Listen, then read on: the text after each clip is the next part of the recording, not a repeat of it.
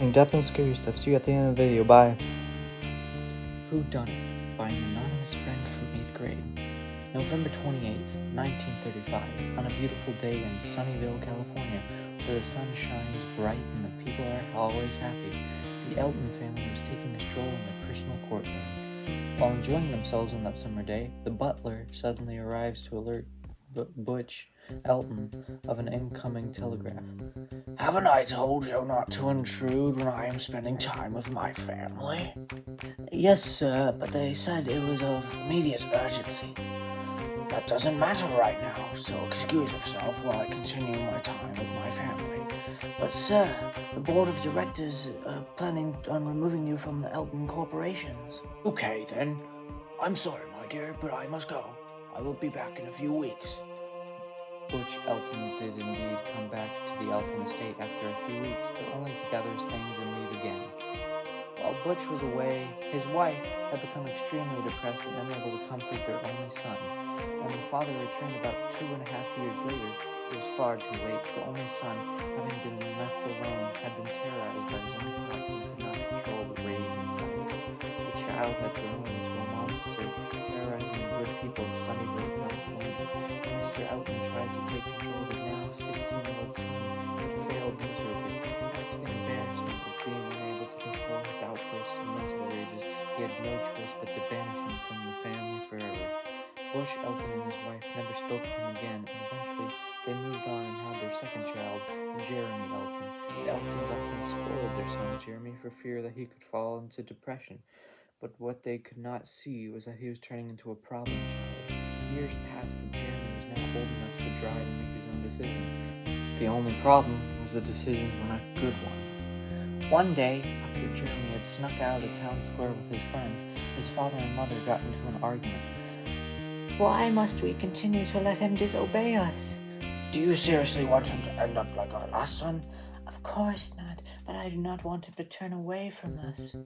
Unbeknownst to the couple, Jeremy had returned early to grab some money and overheard the whole conversation. Upon hearing the shocking and crushing news of another son, Jeremy fled from his home and started off into the countryside where his aunt Sandrine lived.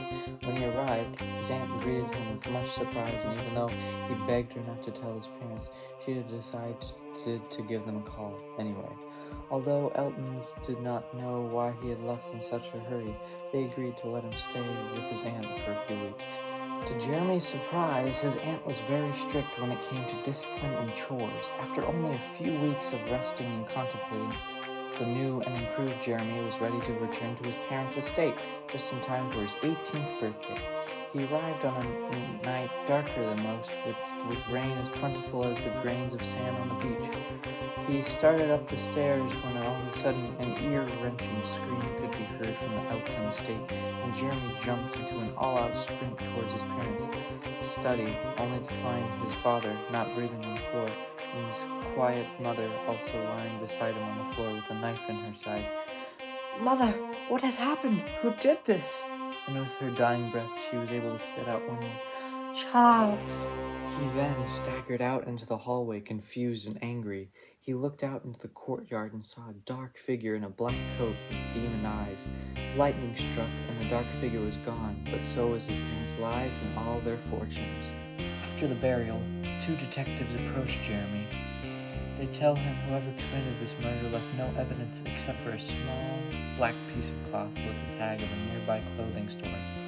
Even though his parents were secretive and broken, he thought whoever did this should be brought to justice. So he decided to take on this case by himself and start visiting the clothing store. Hello, how can I help you today? Do you recognize this piece of cloth? Yep, that's the same cloth the psych ward likes to use for their patients' outfits, said the clerk. Thank you, sir, Jeremy said over his shoulder as he walked out of the store. Jeremy visits the ward to find out more about the black cloth. When he walks in, he realizes every single patient is wearing the black cloth on their uniforms.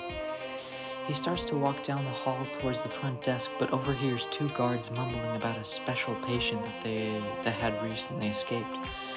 So now with that knowledge, he asks to see the file box of all their patients, but has declined access. and out of the dire instinct that the guards weren't looking, he snuck past the front desk and made his way carefully to the file room. And as he slowly opens the door, he notices something in the corner of the room and sees a dark-clothed man once more. In an instant, he yells at the man, "Who are you?" And the man gently replies, "A lost soul locked away forever." with one swift flick of the dark man's fingers, a lit match falls into the gasoline-covered floors. Fortunately, Jeremy was able to make it out alive. But now, with the dark man gone and the psych ward burned to a crisp, Jeremy found himself in front of an unsolvable mystery. A few minutes later, another man appears and sits next to Jeremy. And before Jeremy could even utter a word, the man simply says, "I'm sorry for your loss." Jeremy turns to him and says, "Who are you?" And as the man stands up and kicks some dirt, he says, "I was the owner of the psych ward and very close friends with their parents." "So do you know about the patient that escaped, right?" "Yep, that's what we called Project 77, a very personal patient to your parents, although they never spoke. They would visit me every day wondering how he was doing, and right as Jeremy was about to ask for the patient's name, a small whistle rose from the crowd and a red dart hit the man in the neck, which killed him instantly. Before anyone realized what had happened, whoever did this was gone. Jeremy was almost certain it was the Dark Man. Jeremy left that place and immediately, with his newfound evidence, returned to the place where it all began, his parents' study. For hours he searched through his parents' personal items but was unsuccessful in finding anything, and in a rage knocked over a bookshelf which, to his surprise, revealed a hidden door. When he entered the room, a wave of dust came over him, and after wiping his eyes clean, he was shocked to find himself in the middle of his secret bedroom. In horror, he saw chains and handcuffs dangling from the bed. In panic, he ran out of the room, slamming the door closed. For good. Jeremy sat on the floor with his back to the door, staring at all the books that had fallen out of the bookshelf when he knocked it over. His eyes were drawn to a book that had popped open in an envelope with some old newspapers that had fallen out, and gently he opened it, only to find a message from his father. And after reading it, the letter he took a glance at the front page. He read, heading the newspaper, which read, 13 dead, many more injured in a freak attack on Sunnyvale Drive. As Jeremy sat there, piecing it all together in his mind, a small clapping noise came from the main hallway of the house, and out came his brother, Charles Elton.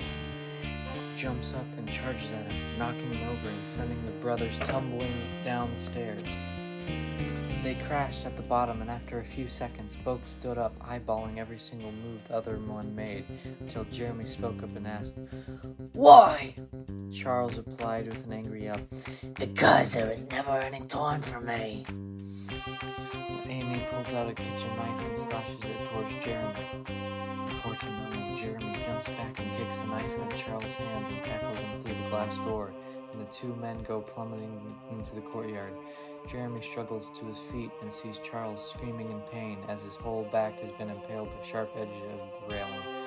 Screaming slowly came to a stop when Charles joined the dead, and bloody and beaten, Jeremy walked away victorious, or so he thought. The next day, when Jeremy told all the cops that had happened, they didn't believe him until he led them to the family's estate. But to his surprise, everything was gone. The body, the evidence, the entire house was perfectly clean except for the bloody, stained kitchen knife, which was standing straight up and down on the wooden floor. The cops decided not to let Jeremy leave the station so they could ask him some questions. "Listen, son, please don't make us ask you again. What is your name?" "I already told you. My name is Jeremy Elton." "And we already told you. Only Jeremy Elton in this town died 2 years ago." But just then, the door to the station opens and in walks Jeremy's father in a nice black tux. Jeremy tries to run and hug him, but is tackled to the ground by one of the deputies.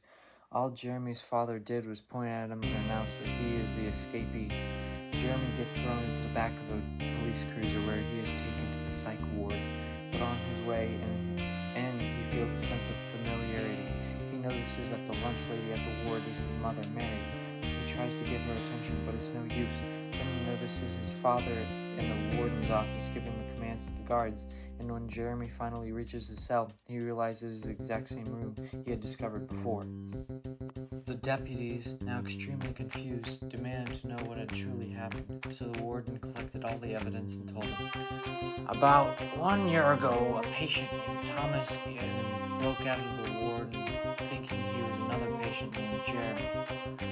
Thomas had broken into a house and killed 2 elderly people who lived in the mansion, then stalked another man and killed him inside the house as well, and burned it all down. After that, Thomas went to the town square and killed 10 more people. He thought it was someone trying to kill him, so he came to the police station and told you his false persona. 1 week later. Thomas, do you have any last words? No. Okay, then start up the electric chair. Just then, as a man leaps out of bed, breathing and sweating profusely. Oh, it was all a dream. The end. Alternate ending. 1 week later. Thomas, do you have any last words? No. Okay, then, start up the electric chair. Right as the guard was about to pull the lever for the electric chair, he was shot up in the chest. The warden panicked and reached for his gun as well, but he was also shot up. Then a mysterious man walks in the room holding the smoking gun.